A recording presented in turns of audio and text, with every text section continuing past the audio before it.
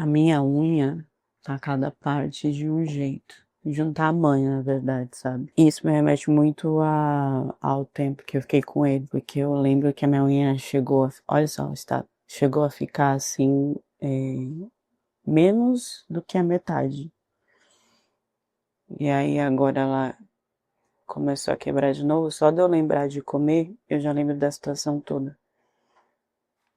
Porque a minha avó dizia, né, uma coisa que assim, quando você abaixa muito, a sua roupa íntima aparece. Que ela fazer uma metáfora, né? De que a gente não pode aceitar tudo, né? Das outras pessoas e só se abaixando. E nunca se elevar dentro de coisas que não estão certas. Até o fim desse vídeo eu acho que eu vou já estar sem unha nenhuma. Começou de um jeito diferente do que eu vou falar aqui, mas é porque essa parte é a que mais pegou e que mais ficou na minha mente sobre tudo que aconteceu, que foi o meu sim. Eu dei o meu primeiro sim na primeira chamada de vídeo em menos de 1 minuto. E não foi um sim pra, sei lá, vamos pro encontro, ou você quer namorar comigo. Foi um sim, eu aceito casar com você. Nos primeiros segundos de uma chamada de vídeo. Pode ser um pouco assustador, mas vocês têm que entender que na época eu tinha 60 anos e ele 30. Com 60 anos, a gente já não tem mais nada a perder. A gente quer viver. Dá uma ideia de que você tem, sei lá, alguns minutos da sua vida só para passar. E eu lembro que quando eu conversei com ele, eu falei que eu tinha 48. E eu realmente parecia, porque eu era muito bem cuidada no sentido de plástica, né? Exercício não gostava de fazer. A alimentação era horrível. Mas eu tinha a parte de estética, assim, muito bem feita. Então tinha aquelas duas bolas, né? No meio do corpo de uma senhora. Não que isso seja um problema. Para mim, hoje, isso é um problema. Porque eu acho que eu sentia que talvez eu estava atraindo ele porque eu ainda era uma garotinha formosa por todos os procedimentos que eu tinha feito no meu corpo. Essa primeira chamada de vídeo não foi o nosso primeiro oi. A gente teve muito envolvimento sem fala antes dele conseguir falar comigo por vídeo. Como é que foi? Né? Ele trabalhava numa feira e ele era muito requisitado por ser árabe, então ele não vendia fruta nem nada. Ele vendia, sim, aquelas coisas árabes, né? Aqueles enroladinhos e tal. O doce, hoje até me salivou aqui, porque eu lembrei de como era gostoso, principalmente os doces que ele fazia. E eu não dava muita atenção para isso não. Primeira vez que eu dei atenção foi para a beleza do homem e porque na feira ele estava sem camisa. Devia ter pensado que tinha algo estranho, porque árabe sem camisa já não é um árabe tão sério, daqueles que realmente seguem a religião. No início eu achei que isso poderia ser um bom ponto para achar que ele era abrasileirado e que estava tudo bem. E não tinha como não chamar a atenção a barraca dele, porque fazia filas quilométricas de mulheres que iam lá só para comprar, né, as coisas árabes, mas também para olhar o coiso árabe, né, que era uma multidão assim, uma montanha de homens. E elas não ligavam que ele não tinha luva, o lugar assim mesmo era precário dos doces, tá? A gente via que não tinha uma mulher ajudando ele. E aí era aquele homem, né, que limpava assim o suor, limpava o suor na mão, limpava o suor na roupa, então ficava aquela coisa, né, preta quando ele tava, ou senão ele limpava na bermuda, quando ele não tava com camisa, limpava na bermuda, uma bermuda sempre clara, que ia pro tom do marrom preto de tanto de suor que tava limpando ali. E as mulheres achavam isso lindo. Eu acho que se ele cobrasse para encostar no suor dele ou para juntar, ajudar a limpar ele com o paninho, ele até ganhava mais dinheiro do que a própria comida e o doce que ele estava vendendo. um meninote, né? Não tinha como eu olhar e achar que tinha alguma chance. Mas o que aconteceu é que quando eu passava lá, mesmo com a fila e com a multidão das mulheres, esse homem fixava o olhar em mim. Primeiro eu achei que eu estava com problema de visão, né? Fui pro oculista para ver se eu estava imaginando que esse homem estava olhando para mim, mas não, a primeira vez que ele olhou, fincou o olhar de gavião em mim, gente, eu tava de moletom, toda largada. Depois eu tava com aqueles vestidinhos de senhorinha mesmo, que é floral, rodado, que toda avó tem. E esse homem me olhava do mesmo jeito. Eu falei, bom, ele deve estar fazendo isso porque o que acontece, né? Joga aquele olhar 43, a mulher vem conversar e ele vende as coisas dele da barraca. Não deve ter outro porquê. Só que toda vez que eu ia na feira, era isso. Até que um dia ele me parou, tipo, largou a feira, as mulheres, tudo que tava lá, e me veio com um cacho de banana que não era nem da barraca dele. E queria me dar o cacho de banana de cortesia. E eu falando pra ele que eu não iria pagar nada, né? Porque tem esses de golpe, né? Que você chega lá, tu tem que pagar. E aí eu falei que não, e ele pegou e colocou assim no meu carrinho. E eu levei o cacho de banana de graça pra casa. Foi muito interessante. Pior, hum, teve uma vez, agora eu lembrei, que eu mudei o look pra shortinhos. Comprei shortinhos jeans de menininha, achei que tava comprido, dei uma desfiada e fui pra feira causar de shortinhos. E aí nesse dia eu fui num horário que já tava acabando a feira. E eu lembro que ele se ofereceu para levar o meu carrinho até em casa, porque como já estava acabando a feira, ele não tinha por que ficar lá, que ele tinha, né, os outros meninos que ajudavam ele. E aí ele veio atrás de mim e me acompanhando para levar esse carrinho até em casa. Lembro que levou, não aconteceu assim nada demais, foi só isso. E aí eu comecei a ir na feira, então, no fim, para ver se ele sempre ia se oferecer para levar o meu carrinho. Só que teve uma vez que ele fez isso e que começou a se aproximar crianças dele. Antes de se aproximar crianças, o meu pensamento foi: esse árabe está dando em cima de mim, ele está mesmo interessado em mim, por que que esse homem está solteiro? Como que esse homem não tem mulher? Porque trabalhador, bonito. E aí, quando eu tive esse pensamento, começaram a se aproximar crianças que ele foi, me falando que eram filhos dele. Se aproximaram 3, depois 4. 4 filhos. Mais pra frente eu entendi que eram 4 filhos, um de cada mulher. Depois eu entendi que tinha mais 3, que não ficava lá na feira.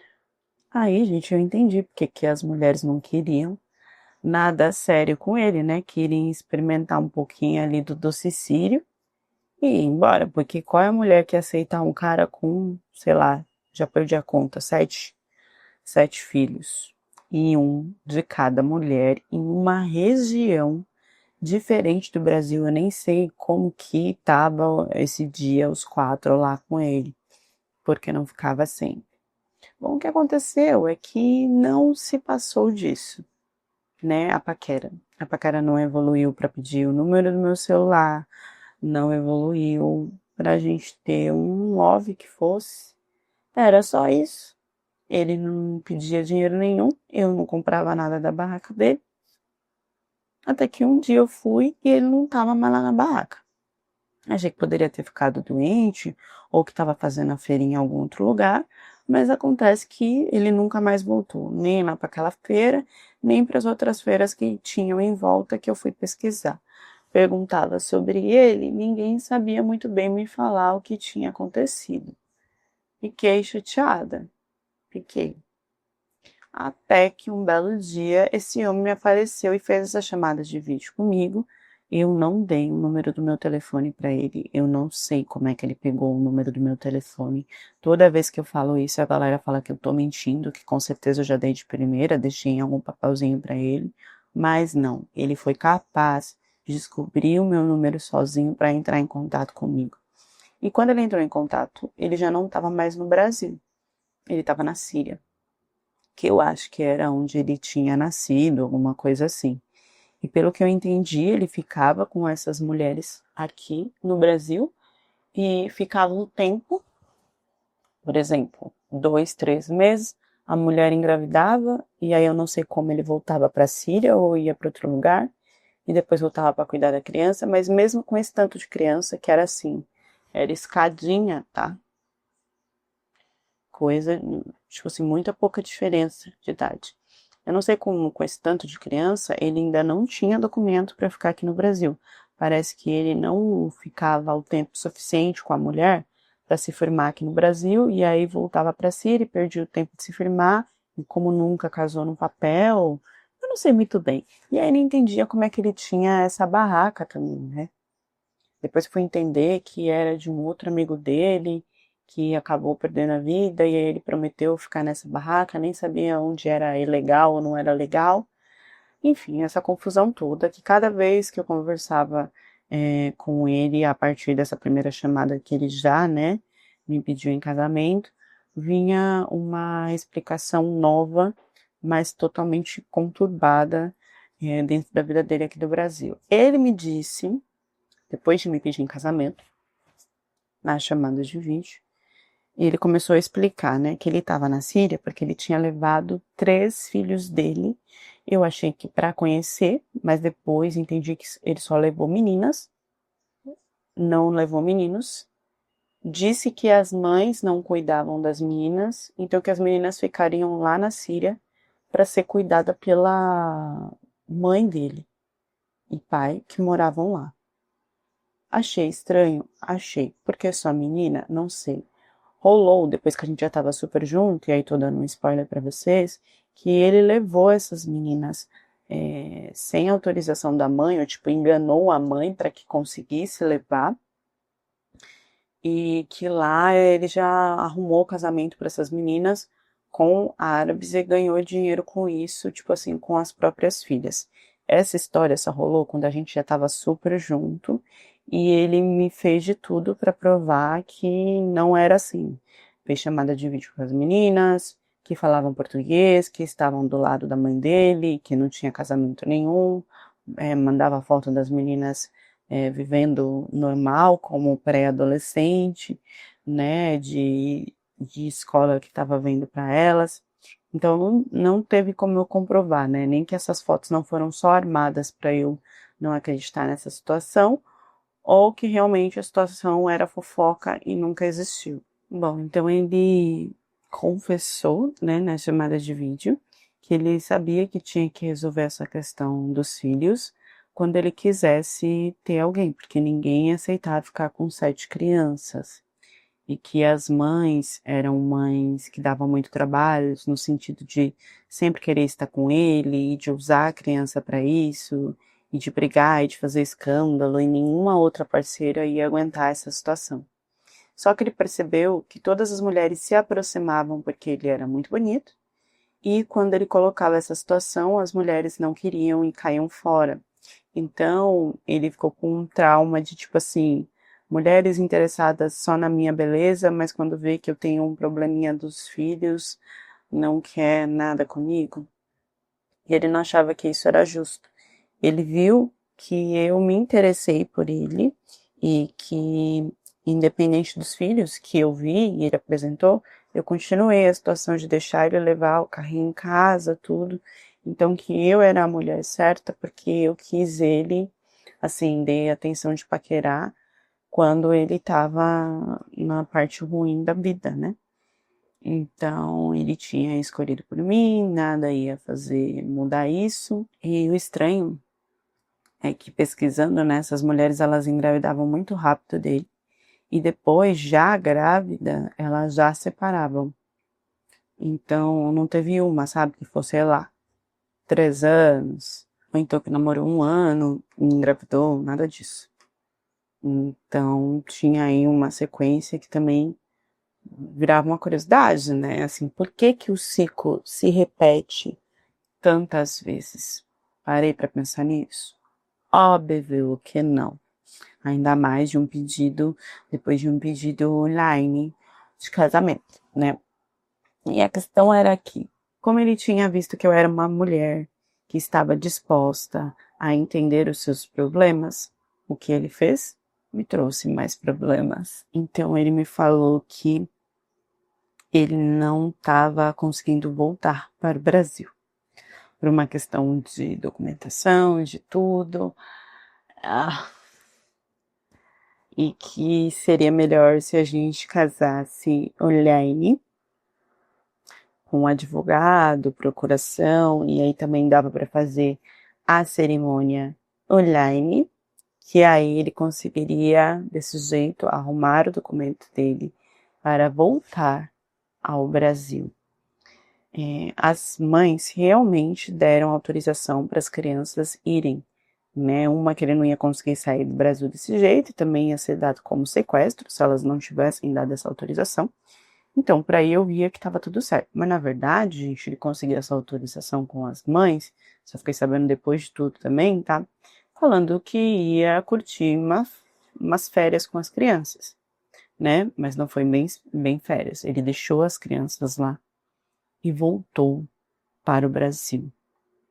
Então, o nosso casamento, ele foi feito totalmente por chamada de vídeo. E não foi só o casamento que foi online. A lua de mel também foi online. No primeiro momento, como já meu esposo, ele só queria me ver. E ele tinha esse direito. Então, ele falou, né? Tira tudo pra fora aí que eu quero ver. Nossa, e o que mais me encantou é que quando ele olhava para mim, além dos olhos dele estar bem vidrado em tudo que ele via, e não tinha como ele disfarçar a expressão, ele falava que eu parecia uma menininha em tudo, sabe? Que eu tinha a pele rosada e os melões avantajados, tudo bem que era procedimento, mas ele dizia que eu era, assim, uma meninona. E aí eu pedi, então, que eu também queria ver, né, já que ele era meu marido, e ele ficou meio assim, disse que era meio encucado com o tamanho do braulio dele. E assim, sendo bem sincera, gente, ele falou tanto que eu fiquei preocupada dele não ter nem o B do Brownie, né? Mas o Brownie dele era normal, era uma coisa da cabeça dele. Quando ele mostrou, né, não tinha problema nenhum, tava até que acima da média. Então eu não entendi porque ele tinha essa questão com o Brownie, que foi ficando cada vez pior, na nossa relação. Foi uma luta, tá, para conseguir trazer ele de volta para o Brasil.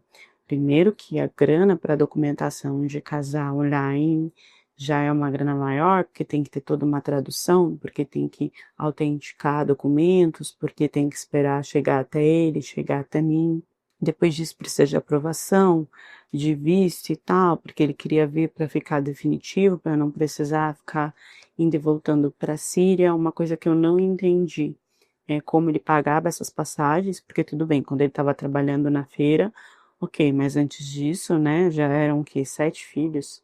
Então, eu não sei realmente quando que ele começou a ter esses filhos e como que foi toda a situação desse dinheiro. Eu sei que foi mais ou menos uns 8 meses de batalha para ele conseguir voltar ao Brasil, a gente já casados. Então a gente fazia muita coisa pelo vídeo e eu me sentia assim cada vez mais viva com ele. Outra coisa que me irritou muito mesmo nesses 8 meses é que todo dia ele queria furunfar online. Se eu falasse não, que estava muito cansada, que tinha passado o dia, nossa, era motivo assim para uma briga que eu pensava às vezes que ia rachar a tela do telefone. E aí ele falava que, cara, que tinha que resolver isso logo, que a gente tinha que estar junto logo, por causa que ele não ia conseguir se conter por muito tempo dessa forma. E aí, gente, era Braille na tela que não se queria mais, tá? E falava lá as besteiras, tudo. Eu gostava, mas eu queria que essa vivência fosse ao vivo. E era assim, todo dia de manhã e à noite. E lá o horário era diferente, então às vezes me atrapalhava bastante nas minhas coisinhas que eu tinha para fazer aqui no Brasil. Mas eu também entendi que como mulher eu tinha que satisfazer ele nesse ponto, porque ele era um homem sério. Se eu olhava, era um homem muito bonito, um homem muito desejado. E assim, sabe, eu ficava, meu Deus, quantas meninas bonitas não tem lá para ele casar, que a família deve estar apresentando e tudo, mesmo com esse tanto de filho. Eu acho que o que bloqueava ele tanto nas mulheres na Síria era igual no Brasil, era a questão de filho. Então eu me sentia muito salva por causa dessa parte. Eu esqueci de falar no começo que eu sou a Raquel, tenho 60 anos e eu sempre trabalhei na área de economia, já não trabalhava mais nessa época. E ele era o meu Mufá, tinha 30 anos e trabalhava como feirante no Brasil. Antes do Mufá voltar, apareceu uma das mulheres que quase que casou com ele, mas ela veio assim de uma forma, nossa, muito agressiva falar comigo, sabe? E eu tinha feito a pior coisa do mundo, que eu estava trazendo a pior coisa para o Brasil. Todas elas, né, já tinha sido um grande exemplo e que como que eu não fui conversar com elas, que eu tinha que adiar esse casamento já que tinha sido feito de longe, que não poderia deixar esse cara vir, que todas elas iriam para cima de mim, que eu não teria paz. Quando eu fui conversar com o Mufá sobre isso, ele simplesmente jogou um monte de foto, não só dessa ex-esposa dele, mas das outras, em posições assim deploráveis. Elas não estavam com ele quando ele nessas fotos. E aí ele me mostrou que elas estavam, a maioria, em sites, né, para fazer aqueles trabalhos de adulto, né, e que ele não sabia disso e ficou e descobriu depois e que por isso que elas estavam em cima dele, porque tinham medo de serem expostas nessa situação.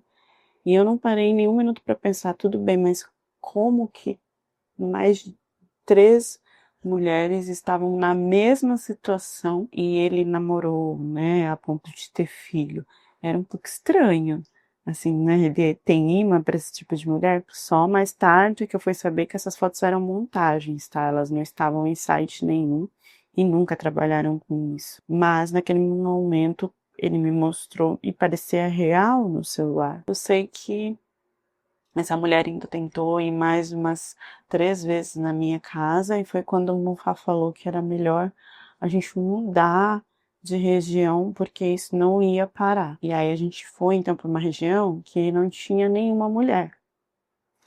Pensem bem, do norte para o nordeste e depois para o sudeste. Isso me custou, assim, né, um grande investimento fora o casamento. Lá no sudeste, quando a gente chegou, ele já tinha lugar para fazer feira, para fazer tudo. Ele já chegou assim organizando, com tudo organizado. E eu fiquei um pouco perdida, mas como eu também já não trabalhava, as coisas que eu fazia home office, então eu podia fazer de qualquer lugar. Para mim não foi um grande problema. E aí a gente começou então a nossa vidinha ali de casados. O Fá, desde o início, ele já foi apresentando coisas que eu achei que estava um pouco estranho. Por exemplo, ele sempre ficava se olhando no espelho, olhando para o Brauli. E ele ficava medindo o Brauli. E era como se ele quisesse que aquilo fosse maior. E eu vi que ele começou a buscar várias coisas, creme, tratamento e tal, porque ele realmente tinha uma imagem diferente do que o Brauli dele era. E aí ele falava que eu tinha que ajudar ele nessa parte e tal. E olha só que estranho, ele já chegou exigindo coisas, tipo, quero tratar o meu Brauli para crescer, eu trabalho, mas esse dinheiro não dá para isso. Outra coisa, gente, eu não sei como ele nunca foi preso, porque eu nunca vi ele pagar nada para os filhos. E, tipo, nunca chegou uma intimação e nem nada, né? E eu acho que esse negócio de mudar para o Sudeste já foi uma fuga para ninguém saber aonde que ele tava. Do nada ele virava e falava assim: eu tenho uma festa com amigos de negócio E aí eu não entendia, né? Ele nunca tinha sido do Sudeste, de onde que eram esses amigos.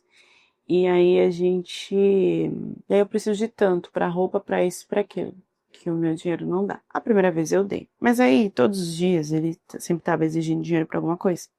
E aí a primeira vez que eu fui negar, ele virou e falou assim: Eu não sei se você sabe, mas eu tenho uma fila de mulheres que se eu pedir, elas vão me dar esse dinheiro. Eu preferia que receber esse dinheiro da minha esposa. Quando ele falava fila de mulheres, eu já conectava com a fila de mulheres da feira e eu entendia que eu tinha que dar porque senão eu ia perder ele. Dito isso, o Fá, ele queria fazer amor de manhã e à noite. Isso começou leve. No início, ele só fazia uma massagem em mim que era tantric, né, uma coisa assim. Ele tinha aprendido essa massagem e eu ia, né, lá pro auge e aí depois disso a gente fazia amor.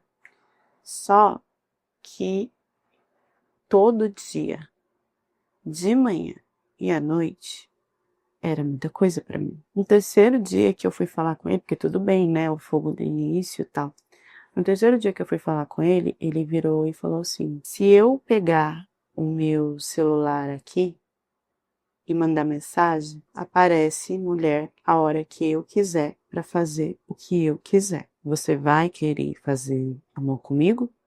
Ou eu vou poder chamar outra mulher? E aí, tudo que ele queria, ele falava isso. Olha, hoje a gente vai fazer assim. Você vai querer fazer comigo? Ou eu chamo outra pessoa? Tudo era na base da ameaça. Ah, hoje eu preciso fazer isso, isso, isso. Você vai resolver para mim? Ou eu posso pedir para outra mulher? E aquilo foi virando uma bola de neve que eu fui sustentando porque eu tinha pavor de pensar que ele poderia querer ficar com outra mulher. Do nada apareceu uma mulher que tinha um filho com ele na região que a gente estava. Sendo que ele falou que a gente estava indo para essa região para começar do zero porque não teria ninguém. Não apareceu só uma, apareceu a segunda, apareceu a terceira, e ele dizia que ele não teria condições de pagar o dinheiro para os filhos, mas que se ele desse um lugar para elas ficarem, elas já ficariam mais tranquilas. A nossa casa, ela tinha como se fosse um quartinho no fundo. E aí ele virou a minha cabeça a ponto de eu colocar essas mulheres nesse quartinho do fundo, porque aí elas não pediriam pensão. Quando eu vi, parecia que eu estava vivendo, ele estava vivendo num harém. Porque ele falava que não tinha nada, que elas só eram mãe dos filhos dele. Essas mulheres revezavam nesse quartinho, mas ele estava lá o tempo inteiro e eu estava convivendo com essas mulheres. Então, ou seja, eu estava convivendo com um ex dele, que ele dizia que era ex dele, porque agora eu já nem sei se era ex, se era filho dele mesmo, ou se ele estava fazendo isso, tirando algum dinheiro por fora, ou se era a mulher que tinha filho que ele queria ficar e aí ele falava que podia manter. Eu não sei. Eu sei que eu comecei a aceitar que ele tivesse interação com outras mulheres dentro de um ambiente da nossa casa que eu liberei para que essas mulheres revezassem e ficassem além de mim. Comecei a aceitar as ex dele. E aí começaram a aparecer outras ex que falavam que iam até a região porque sabiam que ele estava. E essas mulheres às vezes precisavam dormir um dia, 2 dias e ele colocava elas para dentro da nossa casa. Era um revezamento de ex, de mulher. E ali ele deixava muito claro: olha, se você não der desse jeito para mim hoje, tem a mulher ali no quartinho que sabe fazer igual ou até melhor que você. Como é que vai ser hoje? É muito vergonhoso para mim falar que eu aceitava isso. Mas eu fazia de tudo para esse homem. Só que essas relações começaram a ficar mais fortes, porque ele começou a demonstrar que ele gostava quando se sentia dor. Mas não era uma dor normal que a gente tem ali na troca com o parceiro. Ele queria que fosse uma coisa mais forte, né? Então nisso ele não só forçava, né? mais vezes por dia, porque aí você fica exausta. E, gente, eu tava com 60 anos, então não tinha mais energia para tanta coisa. Para falar que tá mal, que tá dolorido, que tá doendo. E usava outras coisas também para que você ficasse nessa condição de que ele se sentia muito homem quando achava que o brownie dele tinha deixado a pessoa dolorida, né, por causa da situação.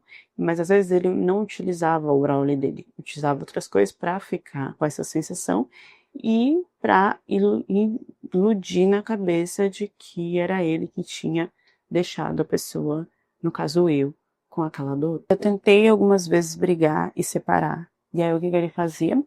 Ele ia para a casinha do fundo, dava um tempo de um dia e voltava, se ajoelhava, pedia desculpas, voltava com frutas de presente para mim, voltava com panelas de presente para mim, voltava com um ralador de presente para mim, voltava com vassoura, rodo, pano de chão de presente para mim. Eu aceitava esses presentes e dizia que era surpresa, que era do coração e que nunca mais ia voltar a fazer o que estava fazendo. Só que ele sempre voltava e cada vez ele voltava de um jeito pior, até o momento dele dizer que a casa era dele, que ele que mandava, que ele não iria sair mais e que não tinha como eu pedir o divórcio. Eu tentei a separação por 4 vezes, mas era uma coisa assim, eu achava um absurdo aquilo que ele fazia, e aí eu falava, não, agora não tem mais como, isso chegou no limite da humilhação, eu não quero mais, só que no outro dia eu já começava a sentir falta dele, e eu já começava a perdoar em mim mesmo o que ele tinha feito. E aí chegava à noite, eu já estava com saudade, eu já queria ele de novo. E ele sabia disso, ele já estava na casinha esperando. Quando eu perguntei para ele, né, se ele me traía com essas mulheres, ele dizia que jamais. Que só eram mães dos filhos dele, que ele fazia isso porque sabia que elas poderiam pedir para colocar ele na cadeia e ele, como imigrante, ele jamais sairia da cadeia depois que fosse preso por não ter pagado nada porque ele não conseguia pagar. Eu cheguei a pagar algumas vezes para essas mulheres a pensão para ele se sentir mais tranquilo, fora os dias que elas dormiam nesse quartinho e que, por muita sorte, elas não ficaram lá sem sair, né? Porque depois que colocou dentro de casa, se a pessoa fica muito tempo, você não consegue mais tirar. Eu não sei o que acontecia, que elas mesmo desapareciam e aí apareciam outras. Eu acho que, sei lá, ele tinha uma lábia ou colocava elas em outro lugar. Não sei muito bem o que acontecia. Mas graças a Deus eu não tive esse problema. Eu acho que isso durou de 6 meses a 1 ano, nessa situação toda, resumindo bastante. E aí ele falou que a gente não estava bem, que o nosso casamento estava desgastado e que a gente tinha que procurar alguma coisa para se sentir melhor. Nisso, o que ele fez eu fazer? Fez eu tirar dinheiro, bastante dinheiro, tá? Para coisas que ele queria investir em um novo trabalho, porque ele achava que se ele tivesse um novo ar, as coisas melhorariam. E aí ele começou a ver da gente alugar um lugar na parte do Nordeste para ficar alguns dias e depois passagem, né? Então da Bahia para um outro lugar, para a gente fazer tipo uma viagem, tipo uma nova lua de mel, para ver se a gente ficava bem depois de tudo isso. Só que depois que eu paguei tudo, que eu organizei tudo, ele simplesmente começou a me forçar de novo nessa questão de ter relação muitas vezes, todo dia, e não só com o Brauli dele, né, com outras coisas que ele fazia lá, ele se sentir forte, ele sentir que detonou, que acabou com tudo ali. E ele foi fazendo isso conscientemente de uma forma muito exagerada, que no segundo dia eu já não conseguia sair da cama. E eu pedi ajuda para ele, falei que não estava bem, e ele dizia que era frescura minha. Eu sei que ele fez isso até eu não consegui ter força mesmo para me locomover, e ele vê que ali a região estava destroçada, ele tinha acabado. E quando eu falo acabado, é no formato, em tudo. Não vou entrar em detalhe porque a gente não pode descrever isso aqui, né, no canal, mas entendam que foi por causa do modo que ele se relacionava comigo na hora do vamos ver. Ele fez isso para que eu ficasse acamada, ficasse mal, e ele não me levou para o hospital em momento nenhum.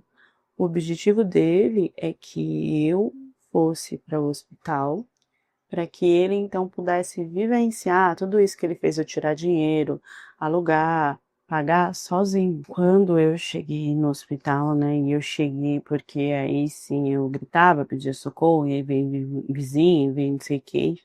Eu achei que era uma coisa assim, deu uma machucada, mas sei lá, vai se recuperar. Como eu sentia, né, uma ardência, uma machucada assim, ia me recuperar. Mas não, o tecido ali, ele foi tão confrontado, né, os atritos, e o médico disse que pela sequência de todos os dias, por muitos meses, mesmo que tinha intervalos, né, foi enfraquecendo ali. E aí o que ele tinha usado, além do Graule e tudo, fez com que eu tivesse que reconstruir, fazer uma vaginoplastia para voltar ao formato de como era e que para que parasse de sair o líquido vermelho, para que fechasse ali as fissuras, porque estava irreconhecível a minha parte, né, ali íntima. Fala assim longe, porque aqui a gente não pode estar falando dessas coisas. Estava irreconhecível. Então, teve o tempo de eu internar, de eu operar, de eu me recuperar. Nesse tempo todo, ele se divertiu com as viagens, com tudo que ele tinha feito eu pagar para nós dois, mas que ele já sabia que ele iria sozinho, que ele iria acabar comigo para que eu não vivesse isso com ele. E aí vocês vão me questionar, tá? E aí o que você fez, né, depois disso? Depois disso, ele ainda entrou em contato comigo online algumas vezes, pediu desculpa. Eu cheguei a desculpar toda essa situação, porque ele disse que era um momento que ele tinha entrado em surto, que ele não tinha se reconhecido, que ele não sabia o que estava fazendo, e que o desejo dele por mim era tão grande que ele acabou fazendo várias vezes sem entender que iria me machucar dessa forma, e que como eu não falava nada, porque eu queria que ele tivesse o T grande no auge, então para eu não falar não, não tá bom, então ele achou que ele poderia fazer mais. Então ele ainda quis tentar um contato pra gente voltar online depois de tudo isso. Só que o que aconteceu é que ele não voltava mais para a região que a gente tinha praticamente iniciado de comprar uma casa. Cada hora ele estava em uma viagem, uma região diferente, com uma mulher diferente. E eu falei para ele que eu teria que rever como que ia ser minha aposentadoria e tudo, porque a gente tinha gastado muito. Na verdade, eu deixei claro que todas as minhas economias e o dinheiro que eu tinha guardado para minha velhice tinha ido embora nessa brincadeira. Então parece que eu sem o dinheiro não era mais tão atrativa para ele quando eu tinha, né, as minhas economias. Quando eu falava com ele por vídeo sobre divórcio, ele desconversava e nunca que aceitava, até desaparecer de vez. Entendam, eu perdoei ele e eu acreditei que ele voltaria e que nós ficaríamos juntos até ele desaparecer. Eu não denunciei, eu não fiz nada sobre o que aconteceu, porque como a gente já tinha ficado um tempo, 8 meses, à distância online e alguns desafios e obstáculos tinham acontecido, e a gente casou mesmo assim, ficou junto, eu achei que isso poderia voltar ao normal, só que não aconteceu. Ele conversou, continuou conversando comigo, quando ele ainda precisava de algum tipo de ajuda, e eu entendi que era mais para eu me acalmar e não me contar o que ele tinha feito comigo. Então, quando ele entendeu que eu já estava ali apaixonada, querendo que ele voltasse de novo, que eu já tinha passado os machucados, que eu já tinha tratado, que eu já estava bem, apesar de ainda ter a prova de fazer cirurgia, tudo e tal, que ali eu já não iria mais denunciar ele. Então, que o feito dele ali tinha acabado, de uma forma que ele ainda tinha saído como um parceiro que eu sempre gostei, que aconteceu e eu perdoei, ou seja, ele usou todo o meu dinheiro, ele viajou, ele engravidou outras mulheres no Sudeste comigo, e usou da minha casa para essas mulheres. Ele me usou em tudo que ele podia, e quando não tinha mais o que ele pudesse fazer, ele desapareceu. Eu tive que separar pelo litígio, não tinha nenhuma assinatura, nenhum documento, nada dele. Foi feito tudo, né? E aí, assim, demora mais, é mais caro para que eu tivesse meu nome limpo, mas eu já também nem estava tão preocupada com isso, porque eu já estava nos meus 60 e tantos anos. Para mim, no final da minha vida, já não ia encontrar outro homem, já não tinha essa questão de, eu preciso estar separada para ter um outro relacionamento. Então, não foi a minha maior preocupação. A minha maior preocupação é que ele voltasse, que ele reaparecesse, que ele fizesse como quando ele fez todas as vezes. Sempre, mesmo ele saindo, ele voltava para mim. Ele fazia o papel dele de marido. Eu não sei quando que eu caí nessa automatização de sempre ter que esperar ele de volta para ficar bem. Mas foi isso que aconteceu. Até hoje, eu procuro ele. Eu procuro ele no norte, no nordeste, na região do sudeste, onde a gente ficou. Eu tive contato com outras mulheres de outras regiões e eu fui atrás de procurar ele, mas não era nunca por vingança, era para tentar continuar, ficar junto com ele. Eu sei que muitas pessoas julgam, a própria Leca não entendeu muito bem essa parte, mas não existe uma quebra de contato da minha parte. Toda quebra de contato foi feita por ele, e até hoje eu tenho esperança de que isso possa ser resolvido. Gente, eu vou tentar não julgar, tá? Porque essa foi uma história que eu peguei rápida, assim, aqui na correria. Eu só vou deixar um questionamento. Até onde vocês acham que deve se valer o perdão para o que uma pessoa faz com você? Não só o perdão, a continuidade de contato e de vivência, de troca da sua energia, da sua atenção, do seu amor com essa pessoa. Até que ação vocês perdoariam alguém? Deixem as reflexões de vocês nos comentários e até a próxima história do canal.